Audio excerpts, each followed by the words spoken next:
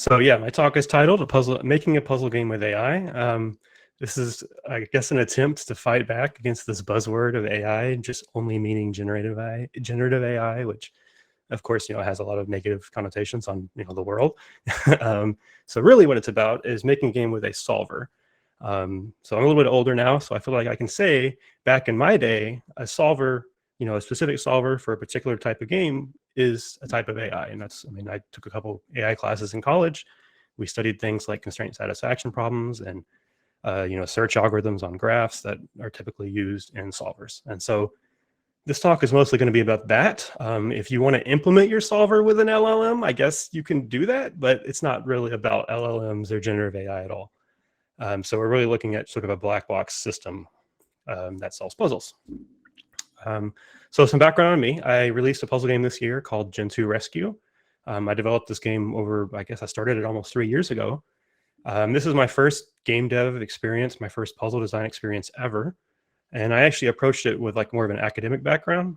So I actually wrote the solver like very early on, like probably December of 3 years ago when I started the project sometime in November. So it was there basically from the beginning. I didn't really have ideas of what to do with it. I was just curious, like, oh, can I solve my, can I have a program solve my game? That would be fun. So just a little bit of background about Gen 2 Rescue. This is going to be most of the examples today. I have some other games as well. So it has a few properties that make it hard to have a solver. For instance, it's multi-agent. So I don't just have a single character moving in 4 directions. I could have multiple characters and each one can move in 4 directions, up to like a branching factor of like 16. So quite a bit more than, a traditional like Sokoban-esque game. There are also just a lot of mechanics. And that's actually something that I use the solver for a lot, as we'll get into. So that was a big benefit, but it made it hard to write the solver because there's just so many interactions between all these different mechanics, including meta mechanics. And there's this nested world system, and there's a lot of puzzles. I have marked here because, of course, there's unmarked puzzles like the puzzle of reaching the next puzzle and things like that. So yeah, we'll see more with Gen 2 Rescue. But first, I want to start off with this idea that, this is kind of how I think about puzzle games, or at least how I thought about them 3 years ago, is that a puzzle should be hard for a computer, but easy for a human. And this is relatively speaking. Of course, we want to impose some challenges in our game. We don't want it to be too easy.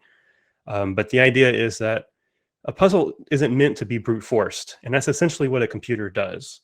And so you want enough complexity there that the brute forcing process is kind of hard. But you want to lead the player to the solution, with some logical insights, with some intuition that they've learned through the course of playing the game, where that's able to guide them to solve their puzzles. And that's kind of a uniquely human process. And so, in a sense, we want our humans to be able to, guide themselves through the puzzle, but we don't want them to brute force their way through the puzzle like a computer does. So we want the puzzles not to really be amenable to be solved by a computer. I have this slide here because it's kind of contrary to the rest of the talk. So if this is our goal, how could a computer, ever be helpful for, designing an experience like this? And it is. It's sometimes there's some aspects of it where it is useful. There's plenty of aspects where it's completely useless and maybe even harmful. But it's still a tool in your tool belt as a developer that, might be something worth looking into. So some assumptions up front. So Gen 2 Rescue is a stateful puzzle game. So what this means to me is that the game's entire logic is built around this thing called the move function. And this move function will take in a before state, so the current state of the puzzle. It'll take in a move, like in this instance, I'm going to move the red penguin left. And then given that, it's going to output a resulting state or an after state. In case you're confused about the movement here, this penguin has a spring item. Gen 2 Rescue is like ice physics. So that, again, works to how things interact because you have cascading behavior. So when you move left, the penguin slides all the way to the left and hits the wall. But then the spring item makes it bounce one extra tile away from the wall. So it'll go hit this wall, bounce back, and end up here. So probably a little unintuitive until you see it actually animate in game. But so this is our move function. And this move function will support any valid state of the game and any valid move. Now, this is a little restrictive. Actually, it's quite restrictive. There's a whole other class of games that you can classify as a constraint satisfaction problem, CSPs that I have down here. And solvers for these games are actually a lot more useful because you get more than just this begin state and after state. You get all of these like intermediate deductions that the player can make. If you think of like Sudoku, you constrain every tile, every square, by which numbers it can be. And getting that information as a developer gives you a lot more insight actually into like the intermediate puzzle solving process. But gladly, I don't have to go into that because there's a talk on day 2 about CSPs. That's not what Gen 2 Rescue, I didn't model Gen 2 Rescue as a CSP, so I'm going to talk about what I'm familiar with. But keep in mind, this is more restrictive than it has to be.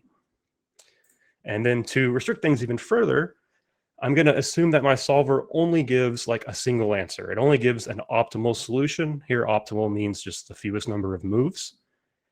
So it doesn't give like every possible solution. It doesn't define the entire state graph of the puzzle. And this is a restriction that's also kind of limiting. For Gen 2 Rescue, it was necessary just because the state spaces get too large. I can't explore the entire state space. So I use a graph-based solver. I use an A-star solver. And so A-star kind of somewhat intelligently looks at like the most promising states first and stops once it finds a solution. If you have a game with smaller state graphs, you could probably get away with BFS, breadth first search. And then you essentially can look at every possible state and you can get a lot more information from that, and it's probably more useful. But even with this limitation of only getting a single solution, there's still a lot we can do. And then just to highlight this example, I have here, so the red penguin can move down and then move left to reach its goal, or it could move left and then down. And there's actually a couple other ways you can solve this in 2 moves as well. But we only get one of them. So yeah, you can see how that might be a limitation of usefulness. So when I first, introduced this talk and people got past the, kind of clickbait or rage bait title, a lot of the discussion I saw was actually about how this could be used for puzzle design. Because, as puzzle game developers, that's what we think about a lot. And to be honest, it's pretty limited. I mean, part of this is limited by the, the previous 2 assumption slides I just had. But even then, the design, like full puzzle design, is not something you can solve with the solver.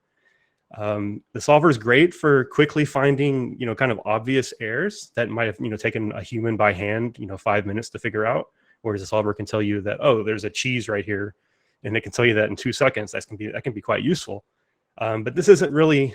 This is just a very, very, very small part of puzzle design. I mean, unintended solutions are, typically bad. That's why they're unintended. But that's a very small problem in a whole host of problems that you have when you face puzzle design.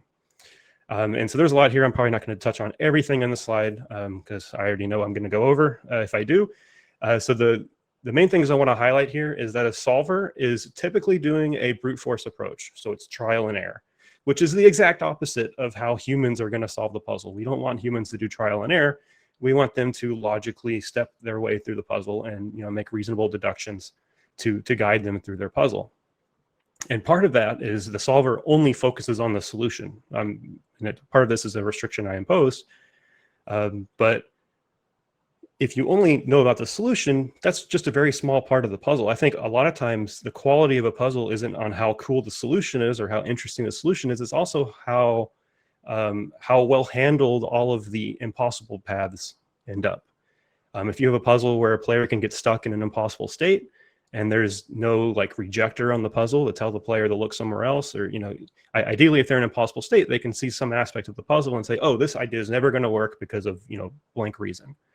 If you don't have that, then that's really lowers the puzzle quality, because then the player kind of gets a tendency to just get stuck in a trial and error process.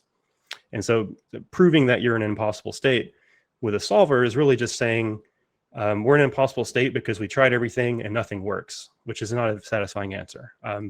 So overall, of all the uses for the solver, design is maybe barely in my top 3. It's definitely not number 1. It has some uses, and it's great for quickly prototyping and quickly iterating on things, and so that you can focus more on building that path of deductions for the player. But you still have to put in the hard work for all of that, right? It's just a kind of a sniff test at the very beginning to make sure that there isn't anything, obviously problematic with the puzzle. So what is more important. Some more important uses. So one of these is experimentation. So this is something that you do without a solver all the time when you're making puzzles. And so I already introduced how the spring works. So here's this is something that could reasonably be a very first or second spring puzzle in the game. And I have a video here, so let me see if that works. Great. So the player is going to try to move down, and the spring prevents them from doing so. So they have to take the long way around and go all the way around, and they're seeing how the spring is consistently bouncing them off of walls. And that's great, kind of confirms what we designed the puzzle to do. Let's run the solver. Let's see what the solver says. Solver solved our puzzle in one move. And we'll see that again. They just move up, and the spring bounces off the wall that the penguin is next to. Let me go back to the previous slide with the still image. So the penguin just moves up, bounces off of this adjacent wall, and wins the puzzle in one move. So this is kind of showing two different use cases of the solver. One is finding those unintended solutions that I talked about on the previous slide. And it's great to be able to do that very quickly. And then this one is kind of a more obvious situation of it, but you can imagine much more complicated puzzle where those solutions aren't so easy to spot. But then I think the more interesting aspect here is that the solver just taught me something about my own game. And I did mention earlier that I built the solver very early on. I built the solver and built the spring as like sort of my first things I did in the game. And when I designed the spring, the idea was, in a sliding puzzle game, it's easy to get next to walls. It's hard to get away from walls. So let me kind of reverse that on itself by having the spring item. I did not anticipate this, emergent use of the spring of bouncing off of an adjacent wall. It's kind of simple and it's super fundamental. But it's not what I initially thought that we would be doing with the spring. Although if you've played Gen 2 Rescue, you know that 90% of spring puzzles involve this at some point. And so here's an example where my creation my creation made a discovery for me. And this is what I love about puzzle games, is that you can define a set of rules for your game, and you go experimenting and you find new things. And sometimes a solver can help you do that. And that's kind of the main use I got out of the puzzle solver. And so another example of that is, early on, it didn't have a complete idea of what the game would be. I was thinking that maybe I would have like a puzzle rush mode. Like, you have a chess puzzle rush where you just get thrown, puzzle after puzzle after puzzle, and you have to solve them, and they get harder as you go. And then I transformed this idea into a roguelike where you could get power-ups and, all this stuff. So this led me down the path of generating puzzles, and my random generator was not sophisticated at all. It was just randomly throwing stuff down on a puzzle. So I would then run the solver on these typically terrible puzzles to find ones that were actually solvable. And I was doing this every night. I would get about 100,000 a night. I did this for months and months, not just for roguelike mode. I'll get into some other uses. And I would basically every morning I'd get some output that looked like this to see all the puzzles that were generated and some errors. Come back to the errors. Now, the main thing, or I guess the first aspect of this that I really enjoyed was I got to actually play my own game. Like, the reason I decided to make the game that I decided to make is because I wanted to play it, but it's a puzzle game. I can't play my own puzzle game. I already know all the solutions. So I kind of trolled myself. Like, I made the game I wanted to make, but now I can't play it. But now with the system, I'm actually able to play my own game. The puzzles aren't great. They're randomly generated. I can guarantee that there is a solution. I can't guarantee that it's anything interesting. But it was still fun, and it still actually added a lot to the development of the game. I got to interact, with the UI of the game, a lot more as I was playing it as a player would, and less as a designer would. I got to see a lot of terrible ideas, which is great. You can see, some aspects of the game that maybe you hadn't thought about, some ideas that don't work.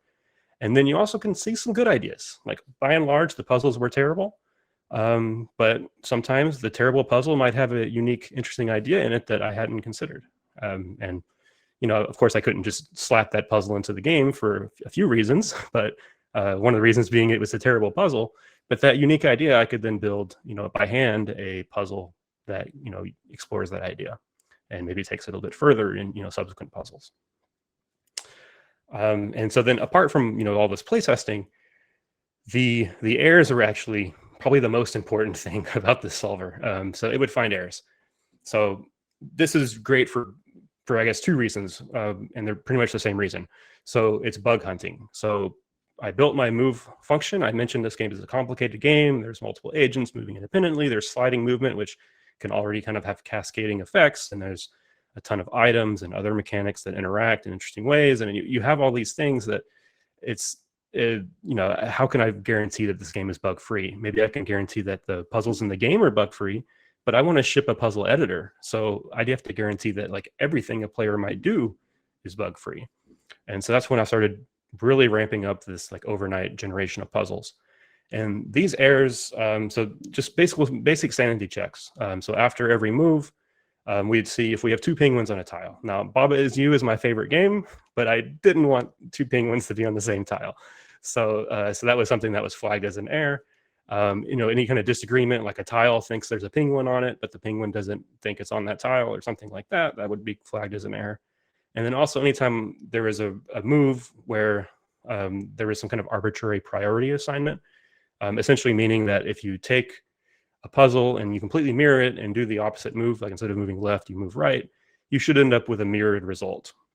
Anytime you didn't, there was some kind of arbitrary priority based on the implementation that was at play. And so I wanted to go ahead and investigate those. So this was great because I found so many bugs this way. I fixed the bugs, and not only that, most of the bugs were really just edge cases that I hadn't thought about.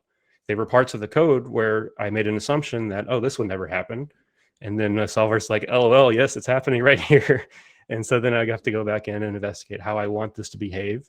And usually answering those questions comes up with, something interesting that I could then make a puzzle about.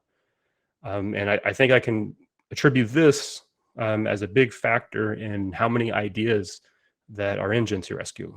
So, I can't speak for players, but a lot of the reviews have said that the game is very dense in ideas. Like it just explores a lot of crazy, unique ideas.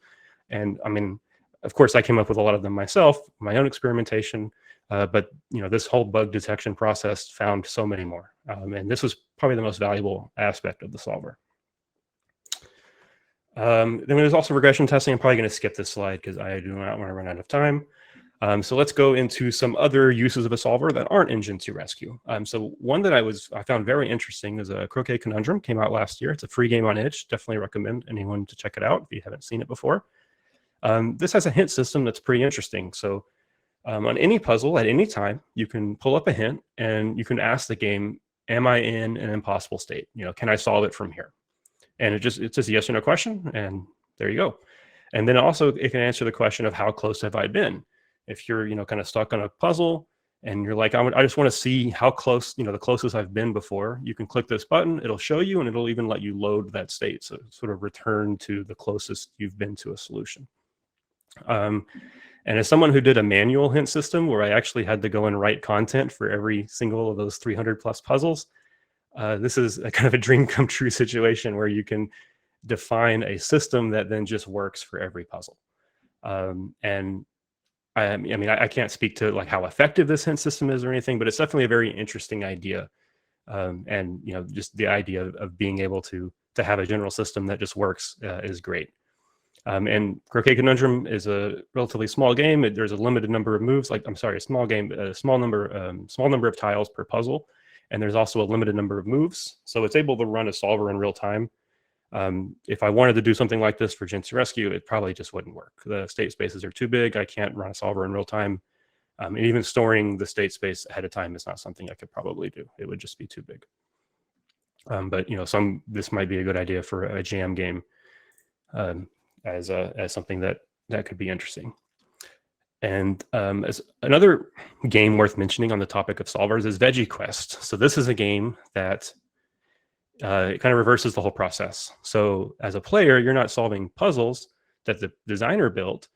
Instead, the designer built these situations where you would then have to create a puzzle, and then there's the AI solver that solves the puzzle you just created.